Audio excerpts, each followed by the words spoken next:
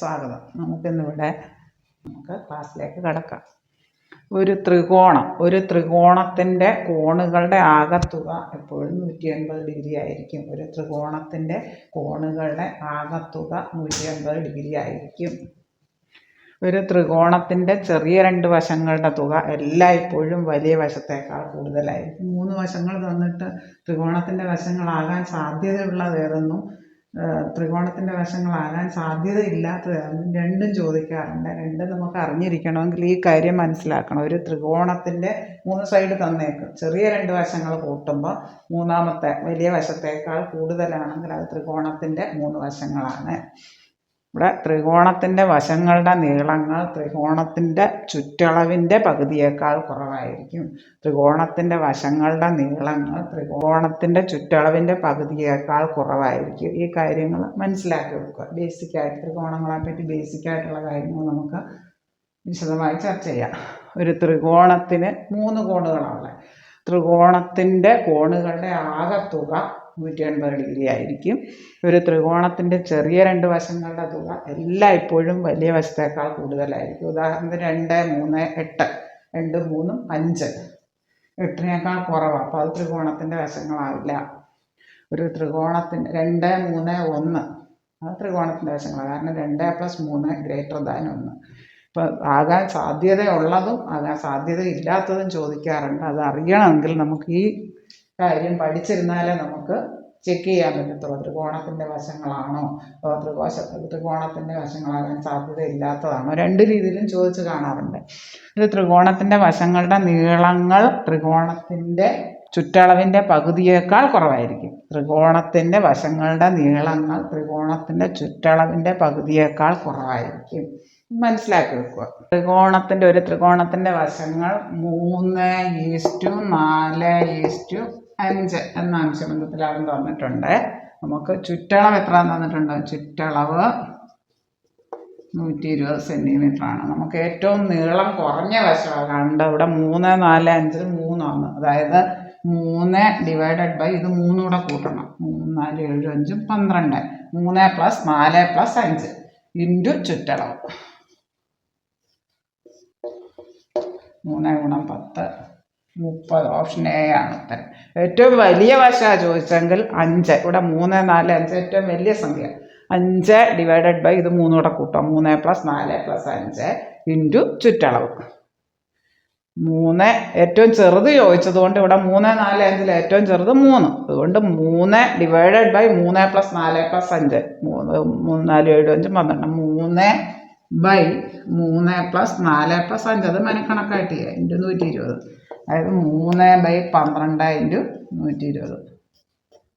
3 × 10 30. Option A ആണ് ഉത്തരം. ഏറ്റവും വലിയ വശത്തിൻ്റെ നീളമാണ് ചോദിച്ചെങ്കിൽ 3, 4, 5 5ആണ് ഏറ്റവും വലിയ വശത്തിൻ്റെ നീളം. ആണെങ്കിൽ 5 / 12 × 120. ഏറ്റവും വലിയ വശമാണ് ചോദിച്ചെങ്കിൽ 50 വന്നേനെ. 5 / 12 × 120.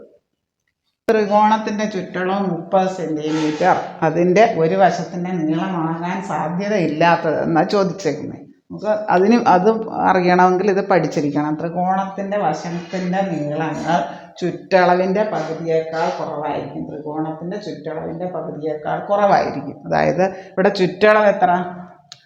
ത്രികോണത്തിൻ്റെ വശങ്ങളുടെ നീളങ്ങൾ ത്രികോണത്തിൻ്റെ ചുറ്റളവിൻ്റെ പകുതിയേക്കാൾ കുറവായിരിക്കും. ഇവിടെ ചുറ്റളവ് എത്ര തന്നിട്ടുണ്ടല്ലോ? ചുറ്റളവ് 30. അതിൻ്റെ പകുതി എത്ര? 2 15. അപ്പം 15നേക്കാൾ കുറവായിരിക്കും. അപ്പം സാധ്യതയില്ലാത്തതാണ് ചോദിച്ചത്. ഓപ്ഷൻ എ ആണ് ഉത്തരം. അത് അറിയണമെങ്കിൽ നമ്മൾ ഇത് പഠിച്ചിരിക്കണം. ത്രികോണത്തിൻ്റെ വശങ്ങളുടെ നീളങ്ങൾ എപ്പോഴും ത്രികോണത്തിൻ്റെ ചുറ്റളവിൻ്റെ പകുതിയേക്കാൾ കുറവായിരിക്കും. ആ കാര്യം പഠിച്ചിരുന്നാൽ നമുക്ക് ആ ചുറ്റളവിനെ 2 കൊണ്ട് ഡിവൈഡ് ചെയ്താൽ ഇവിടെ നേരെ പകുതി വന്നേക്കുന്നത് 15. പകുതിയേക്കാൾ കുറവായിരിക്കും. 5ഉം 10ഉം 2ഉം ഇത് 3ഉം ത്രികോണത്തിൻ്റെ വശങ്ങളാകാൻ സാധ്യതയുണ്ട്. ചുറ്റളവിൻ്റെ പകുതിയേക്കാൾ കുറവാണ് വശങ്ങളാകാൻ സാധ്യതയുള്ളത്. അവിടെ സാധ്യത ഇല്ലാത്തതാണ് ചോദിച്ചത്. ഓപ്ഷൻ എ ആണ് ഉത്തരം. ഒരു ത്രികോണത്തിൻ്റെ ചുറ്റളവ് 30 സെൻറ്റിമീറ്റർ. അതിൻ്റെ ഒരു വശത്തിൻ്റെ നീളമാകാൻ സാധ്യതയില്ലാത്തതെന്നാണ് ചോദിച്ചേക്കുന്നത്. നമുക്ക് അതും അറിയണമെങ്കിൽ ഇത് പഠിച്ചിരിക്കണം. ത്രികോണത്തിൻ്റെ വശത്തിൻ്റെ നീളങ്ങൾ ചുറ്റളവിൻ്റെ പകുതിയേക്കാൾ കുറവായിരിക്കും. ത്രികോണത്തിൻ്റെ ചുറ്റളവിൻ്റെ പകുതിയേക്കാൾ കുറവായിരിക്കും. അതായത് ഇവിടെ ചുറ്റളവ് എത്ര? ഈ ത്രികോണത്തിൻ്റെ വശങ്ങളുടെ നീളങ്ങൾ ത്രികോണത്തിൻ്റെ ചുറ്റളവിൻ്റെ പകുതിയേക്കാൾ കുറവായിരിക്കും. ഇവിടെ ചുറ്റളവ് എത്ര വന്നിട്ടുണ്ടല്ലോ? ചുറ്റളവ് 30. അതിൻ്റെ പകുതി എത്ര? 2 15. അപ്പം 15നേക്കാൾ കുറവായിരിക്കും. അപ്പം സാധ്യത ഇല്ലാത്തതാണ് ചോദിച്ചത്. ഓപ്ഷൻ എ ആണ് ഉത്തരം. അത് അറിയണമെങ്കിൽ നമ്മൾ ഇത് പഠിച്ചിരിക്കണം. ത്രികോണത്തിൻ്റെ വശങ്ങളുടെ നീളങ്ങൾ എപ്പോഴും ത്രികോണത്തിൻ്റെ ചുറ്റളവിൻ്റെ പകുതിയേക്കാൾ കുറവായിരിക്കും. ആ കാര്യം പഠിച്ചിരുന്നാൽ നമുക്ക് ആ ചുറ്റളവിനെ 2 കൊണ്ട് ഡിവൈഡ് ചെയ്താൽ ഇവിടെ നേരെ പകുതി വന്നേക്കുന്നത് 15. പകുതിയേക്കാൾ കുറവായിരിക്കും. 5ഉം 10ഉം 2ഉം ഇത് 3ഉം ത്രികോണത്തിൻ്റെ വശങ്ങളാകാൻ സാധ്യതയുണ്ട്. ചുറ്റളവിൻ്റെ പകുതിയേക്കാൾ കുറവാണ് വശങ്ങളാകാൻ സാധ്യതയുള്ളത്. അവിടെ സാധ്യത ഇല്ലാത്തതാണ് ചോദിച്ചത്. ഓപ്ഷൻ എ ആണ് ഉത്തരം. പൈതഗോറിയൻ തിയറം അനുസരിച്ച് ഒരു മട്ടത്രികോണത്തിലെ ഏറ്റവും വലിയ വശം 90 ഡിഗ്രിക്ക് മട്ടക്കോണ് 90 ഡിഗ്രി എതിർവശത്ത് കിടക്കുന്ന കർണം സ്ക്വയർ. ഏറ്റവും വലിയ വശത്തിൻ്റെ സ്ക്വയർ മറ്റേതിൻ്റെ 2ൻ്റെ സ്ക്വയർ കൂട്ടുന്നതിന് തുല്യമായിരിക്കും. ഏറ്റവും 2 ചെറിയ വശങ്ങളുടെ വർഗങ്ങളുടെ തുക ഇതിന് തുല്യമായിരിക്കും. ആണോ? അല്ല. 1 സ്ക്വയർ പ്ലസ് 2 സ്ക്വയർ എന്ന് പറഞ്ഞാൽ 1 പ്ലസ് 4 5. അപ്പോൾ 3 സ്ക്വയറിന് തുല്യമാണ്. 3 സ്ക്വയർ എന്ന് പറഞ്ഞാൽ 9. അതിന് തുല്യമല്ല. അപ്പോൾ 1 2 3 അതാണ് ഉത്തരം. ഓപ്ഷൻ എ ആണ് ഉത്തരം. മറ്റേത് നോക്കാം.